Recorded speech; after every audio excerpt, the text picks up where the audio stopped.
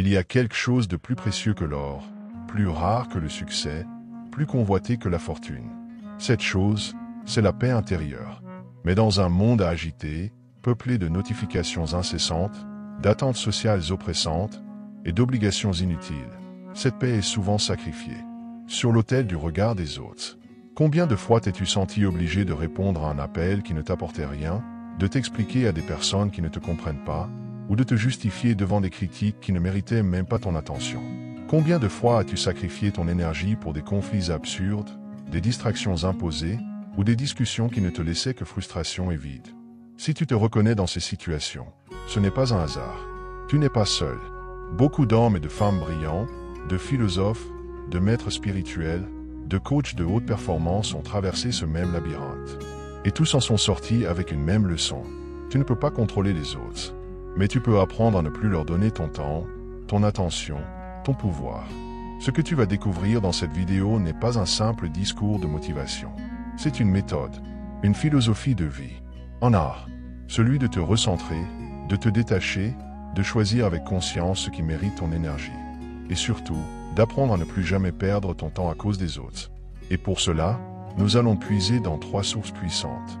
La sagesse du stoïcisme, les outils concrets des meilleurs coachs, et les exemples réels de ceux qui ont su s'extraire du tumulte. Accroche-toi, car ce que tu vas apprendre ici peut véritablement changer ta manière de vivre. C'est une rééducation mentale, un éveil de puissance et de liberté. Ce que tu ne contrôles pas ne devrait pas voler ta paix. Imagine un homme qui se réveille chaque matin avec un seul objectif, rester en paix, peu importe ce que la journée lui réserve. Il sait qu'il ne pourra pas empêcher la pluie de tomber, ni les gens de parler, ni les événements de le bousculer. Mais il sait une chose, il peut choisir comment il va y répondre. Cet homme, ce n'est pas un rêveur, ni un moine isolé dans les montagnes. C'est Épictète, l'un des plus grands penseurs du stoïcisme. Esclave affranchi, estropié, méprisé, il a su transformer l'adversité en sagesse. Il enseignait une vérité simple mais puissante. Tu ne contrôles que 2 choses dans la vie, tes pensées et tes actions. Tout le reste, absolument tout le reste, n'est qu'illusion de contrôle. Cette idée semble banale, mais elle est révolutionnaire. Combien de fois dans ta journée perds-tu ton énergie pour des choses que tu ne contrôles pas?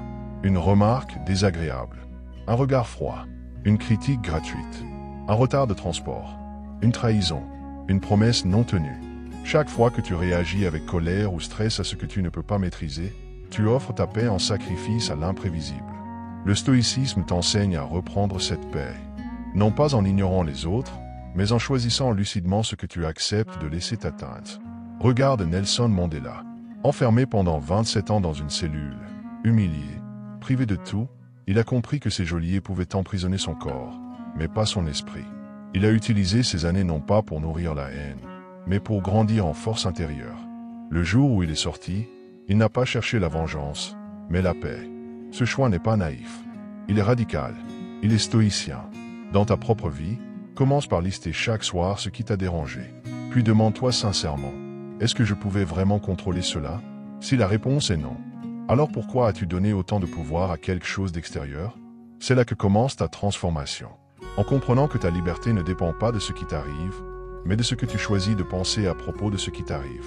Le stoïcisme ne t'invite pas à être passif, mais à être sélectif, à redevenir le maître de ton attention, à ne plus laisser les autres te voler ton calme comme on volerait un sac dans la rue. Ce n'est pas de l'indifférence, c'est de la puissance. Une puissance intérieure, silencieuse, mais indestructible. Et quand tu l'atteins, tu n'es plus jamais dérangé. Tu es libre. Le silence n'est pas une faiblesse, c'est une stratégie de grandeur. Il y a des moments où parler est une perte de puissance. Où répondre, c'est s'abaisser. Ou se justifier, c'est déjà s'empoisonner. Tu as sûrement vécu cette scène au moins une fois. Quelqu'un t'attaque sans raison, par jalousie ou frustration. Il te provoque. Il veut te tirer vers le bas. Et tout ton être hurle de répliquer, de défendre ton honneur, de prouver que tu vaux mieux. Mais tu sens, quelque part au fond de toi, que si tu parles, tu te perds. Que si tu cries, tu descends à son niveau. Et c'est là que commence la sagesse. La plus grande victoire, parfois, c'est de ne rien dire. Le silence n'est pas de l'oubli. Il est un choix, un acte de force intérieure. Il dit, je ne gaspillerai pas mon énergie à expliquer ce que seuls les esprits calmes peuvent comprendre. Je me retire, non par peur, mais par discernement. Le lion ne répond pas à l'aboiement des chiens. Il marche, majestueux, sans se retourner. Dans l'histoire, les grands hommes ont su se taire au moment juste. Mahatma Gandhi, par exemple, lorsqu'il fut arrêté et humilié, ne répondit pas à ses agresseurs. Il garda la tête haute, le cœur droit et le silence comme armure. Ce silence n'était pas un abandon. C'était un message plus fort que 1000 discours. Il disait, « Vous ne pouvez rien contre quelqu'un qui a choisi la paix. » Dans ta vie quotidienne, ce principe est vital. Tu n'as pas besoin de répondre à chaque message. Pas besoin de te justifier devant des gens qui ont déjà décidé de ne pas t'aimer. Pas besoin d'argumenter avec ceux qui ne cherchent pas la vérité, mais le conflit. Le silence est une sélection. Il trie ce qui mérite ta parole et ce qui ne mérite que ton absence. Et parfois, le retrait est encore plus puissant. Se retirer d'une relation toxique, ce n'est pas abandonner l'autre. C'est te choisir toi-même. C'est dire, je mérite mieux que l'instabilité, la manipulation, les conflits constants. Ce choix demande du courage. Il demande de la clarté. Mais il est libérateur. Prends l'exemple d'Oprah Winfrey. Durant ses débuts, elle a été ridiculisée, rejetée, critiquée pour sa voix, son physique, sa sensibilité. Elle aurait pu s'épuiser à répondre, à convaincre. Mais elle a choisi le travail, la concentration, le silence. Et aujourd'hui, elle inspire le monde. Retiens ceci, chaque mot que tu économises, chaque conflit que tu évites, chaque retrait que tu assumes, c'est une victoire sur ton ego. Une preuve de maturité. Un pas de plus vers la liberté mentale. Le silence, dans un monde bruyant, est une révolution. Il te recentre, il te protège, il t'élève. Ton temps est ta richesse invisible, défends-le comme un trésor. Il y a quelque chose de plus précieux que l'argent, plus fragile que la santé, plus limité que toute autre ressource sur Terre. Ton temps. Chaque seconde que tu vis est une portion de vie qui ne reviendra jamais. Chaque minute offerte à quelqu'un d'inutile est une minute en moins pour ton évolution, ton repos, ton bonheur. Pourtant, combien de personnes laissent les autres piétiner leur emploi du temps comme s'il était gratuit, comme si l'on pouvait vivre plusieurs vies à la fois? La vérité, c'est que si tu ne protèges pas ton temps, quelqu'un d'autre l'utilisera pour ses propres objectifs. Et ce ne sera jamais pour ton bien. Il y a des gens qui ne cherchent pas à voler ton argent, mais ton attention. Ils t'appellent sans raison. Ils viennent chez toi sans prévenir. Ils s'invitent dans tes pensées avec leurs problèmes, leurs drames, leurs urgences, qui ne sont pas les tiennes. Et si tu n'apprends pas à dire non, tu perds ton droit à une vie concentrée. Steve Jobs, lorsqu'il préparait les projets les plus importants de sa vie, avait un cercle restreint. Il ne répondait qu'aux messages essentiels. Il organisait son emploi du temps à l'extrême. Il savait qu'un oui donné à n'importe quoi, c'est un non dit à ce qui compte vraiment. Ce n'est pas de l'arrogance, c'est de la clarté, de la maîtrise. Dans ta vie, tu dois établir des frontières invisibles mais solides. Il ne s'agit pas d'être dur, mais d'être juste avec toi-même. Fixe des heures où tu es injoignable. Établis des jours sans obligation sociale. Dis non sans t'excuser. Refuse sans culpabiliser. Ce n'est pas de l'égoïsme, c'est de l'hygiène mentale. Observe comment certains réussissent. Ils ne sont pas plus intelligents, ni plus talentueux. Ils ont simplement su sanctuariser leur temps. Ils l'ont traité comme un diamant, pas comme du sable. Regarde Serena Williams, Elon Musk, ou même des moines dans les monastères. Chacun a appris à protéger son espace mental. Ils ne laissent pas les autres choisir pour eux ce qu'ils doivent faire ou quand ils doivent le faire. Ils planifient, ils priorisent, ils ferment des portes pour mieux ouvrir celles qui comptent. Un exercice simple peut transformer ta vie. Pendant une semaine, note chaque activité, chaque interaction, et demande-toi ensuite à quoi elle a réellement contribué. A-t-elle nourri ta vision?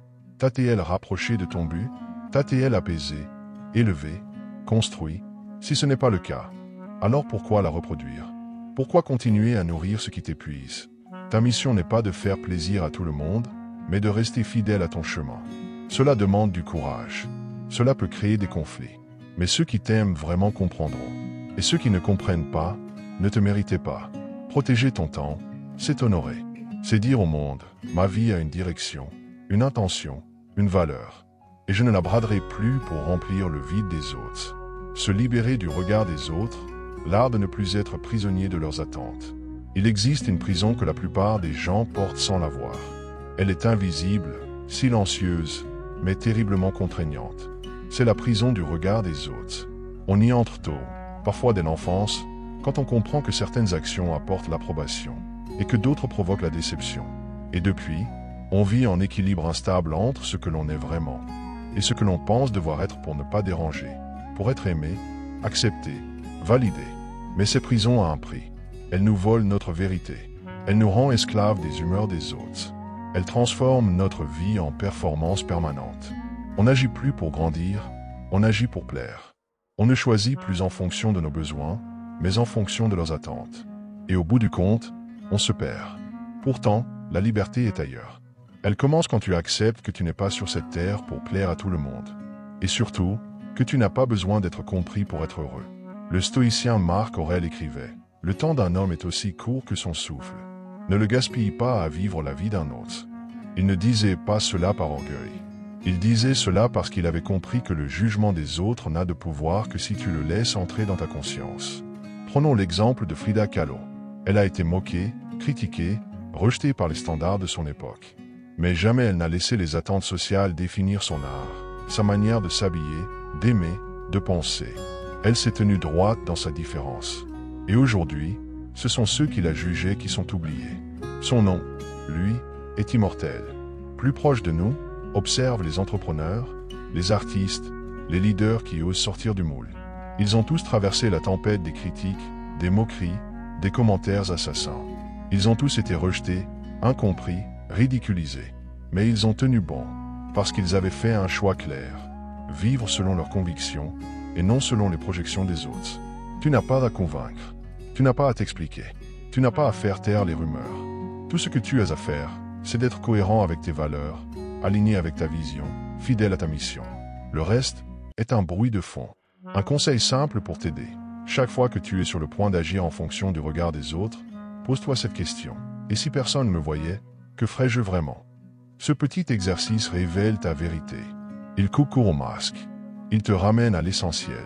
Le détachement n'est pas de l'indifférence. C'est de la lucidité. C'est comprendre que chaque personne juge depuis sa propre histoire, ses blessures, ses peurs, et que leurs critiques ne parlent pas de toi, mais d'eux. Alors ne perds plus ton temps à corriger ce que les autres projettent sur toi. Ne vis plus sous le poids de leurs attentes.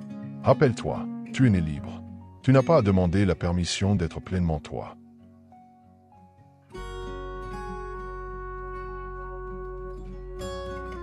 Maîtriser son esprit. La discipline intérieure comme bouclier contre le chaos. Rester calme quand tout va bien, ce n'est pas une force. C'est un confort. Mais rester maître de soi lorsque tout s'effondre autour de toi, voilà la véritable puissance. Et cette puissance, tu ne la reçois pas. Tu la développes, jour après jour, par l'entraînement, par la discipline. Car la paix intérieure n'est pas un don du ciel. C'est une compétence. Elle s'apprend.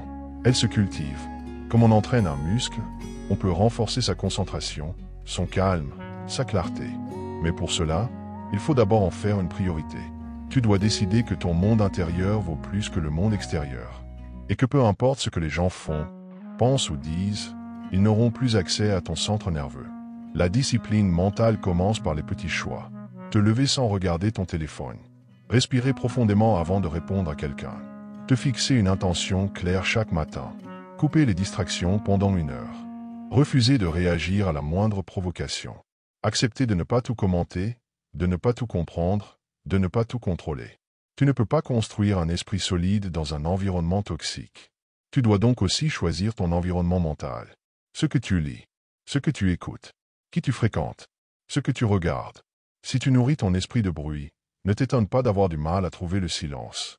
Regarde les moines zen, les maîtres soufis, ou même les grands athlètes de haut niveau. Tous ont un point commun. Ils protègent leur mental comme un trésor sacré. Ils méditent. Ils respirent. Ils s'isolent parfois. Pas pour fuir le monde, mais pour revenir à lui plus lucide, plus centré, plus présent. Un exemple marquant, Kobe Bryant. Avant chaque match, il avait un rituel mental. Silence. Visualisation. Concentration extrême. Il ne parlait à personne. Il entrait dans ce qu'il appelait le mode Mamba. C'était une bulle de concentration absolue. Et même dans la tempête, dans les pires moments de pression, il restait froid, précis, imperturbable. Pas parce qu'il était insensible, mais parce qu'il avait travaillé sa stabilité intérieure comme un moine travaille la méditation. Toi aussi, tu peux construire ton sanctuaire intérieur. Commence petit. Mais commence chaque jour. Lis ce qui t'élève. Écris ce que tu ressens. Marche en silence. Prends des pauses conscientes. Reviens à toi. Encore et encore. Car dans un monde où tout appelle à te disperser, le véritable rebelle, c'est celui qui reste centré. Et plus ton esprit sera discipliné, moins les autres auront de prise sur toi. Tu ne seras plus une feuille ballottée par le vent. Tu seras l'arbre. Solide. Calme. Présent. Choisir sa paix, chaque jour, coûte que coûte. Tu sais maintenant ce que beaucoup n'apprendront jamais. Que ta paix ne dépend pas des circonstances, ni des autres, ni même du bruit du monde. Elle dépend d'un choix. Un choix que tu dois faire chaque jour. Un choix que personne ne peut faire à ta place. Tu peux continuer à courir après l'approbation, à répondre à tout le monde. Tu peux continuer à te perdre dans les conflits inutiles, à te justifier, à gaspiller ton énergie pour ceux qui ne la méritent pas. Ou tu peux t'arrêter, respirer, et dire « assez ». Assez de donner ton attention à ce qui te vide. Assez de subir la pression des attentes extérieures. Assez de laisser les autres dicter ton rythme, tes émotions, ta direction. La vraie liberté, ce n'est pas de tout faire. C'est de savoir ce que tu refuses désormais de faire. Refuser le bruit. Refuser l'agitation. Refuser les distractions sans valeur. Refuser d'ouvrir la porte à ceux qui n'apportent que le doute, le chaos ou la peur. Ce que tu viens de parcourir dans cette vidéo n'est pas un simple discours. C'est une base, un socle, une fondation pour un nouveau toit. Un toit plus lucide, plus solide, plus souverain. Tu as appris à ne plus gaspiller ton temps, à poser des frontières claires, à te détacher des regards, des critiques, des attentes, à muscler ton esprit, à choisir le silence, et surtout, à choisir toi. Mais cela ne s'arrête pas là. Chaque jour, il faudra refaire ce choix. Choisir la paix plutôt que la réaction, le silence plutôt que le bruit, le retrait stratégique plutôt que l'affrontement stérile, le recentrage, encore et encore. Et si un jour tu doutes, souviens-toi de cette vérité. Ce n'est pas ce que les autres font qui décide de ta vie, c'est ce à quoi tu donnes ton attention. Alors, choisis-la avec exigence. Protège-la comme un roi protège son royaume. Et construis ta paix comme on construit un empire, pierre après pierre, avec discipline, sagesse et détermination. Si ce message a trouvé un écho en toi, si tu ressens ce besoin profond de transformer ta manière de vivre, alors ne repars pas les mains vides. Abonne-toi à cette chaîne, active les notifications et partage cette vidéo avec quelqu'un que tu refuses de voir s'éteindre dans le bruit du monde. Car ici, ce réveil réussite, on ne court pas après le succès. On apprend à marcher vers soi-même, calmement, confiant et libre. À très bientôt pour un nouveau réveil.